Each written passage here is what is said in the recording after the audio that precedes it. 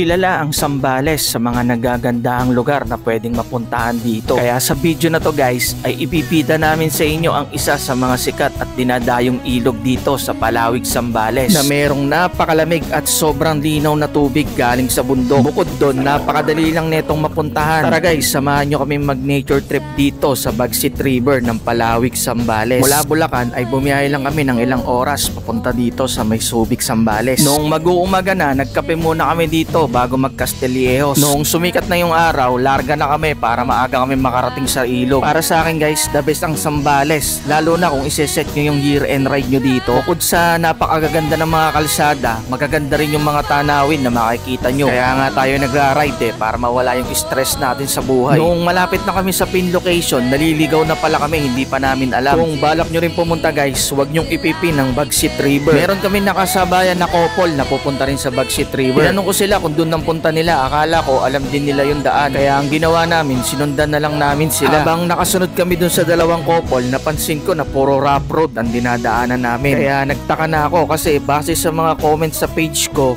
ay sementado na daw ang daan papunta ron. Kaya ang ginawa na namin ay nagtanong na kami sa mga lokal. Sabi sa amin, dumiretso lang daw kami hanggang sa makita namin yung solar farm. Ito yung palatandaan guys, papasok sa Bagsit River. Mas maganda, ang ipin nyo na lang ay Mount Tapulaw. Halos 11 km mula dito sa may papasok hanggang sa may Bagsit River. Bago makarating ng Bagsit River guys, ay merong madadaanan na checkpoint. Kailangan magbayad dito ng 50 pesos per head. Pagdating naman sa mga bata, 7 years old pababa, libre na. Mula sa checkpoint hanggang dito sa Bagsit, halos 4 km pa ang layo. Ang kagandahan talaga dito guys, sementado ang dadaanan at sa tabi lang ng kalsada yung ilog guys. Inayos lang namin yung mga motor tapos nagbayad kami ng 10 pesos per motor para sa parking. Walang signal at wala ring kuryente dito guys. Tapos yung mga kubo cottage nila ay 1,000 ang bayad. Pwede naman na daw hindi kumuha ng cottage at bumwesto na lang sa mga gilid-gilid. Basta siguraduhin lang daw na huwag magkakalat at walang maiiwang kalat kapag aalis. Shoutout nga pala sa mga tiga Malolos na follower din natin. Nakilala ni Kuya si Idol, pati na ang team Idol. Kumuha na kami ng kubo cottage kasi ang dami ng mga bitbit namin. Para sa tanghalian, nagluto lang kami ng walang kamatayang adobo. Grabe guys, sobrang linaw ng tubig dito, para ka na rin nag-Cotto Mines. Mapapasayo ko talaga dito ng ice cream yummy. Ay, Idiki, thank you for the ice cream, so good. Wow, delicious strawberry.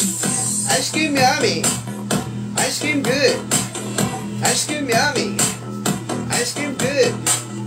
Ice cream yummy. Ice cream good. Super yucky.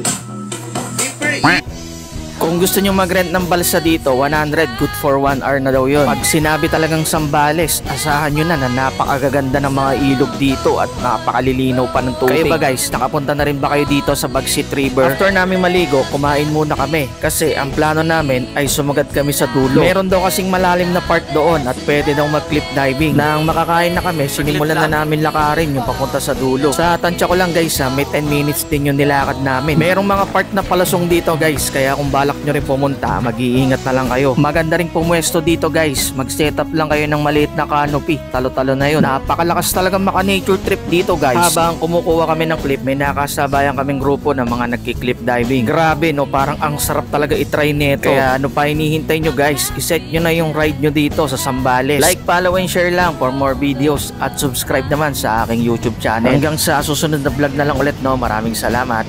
Bye bye.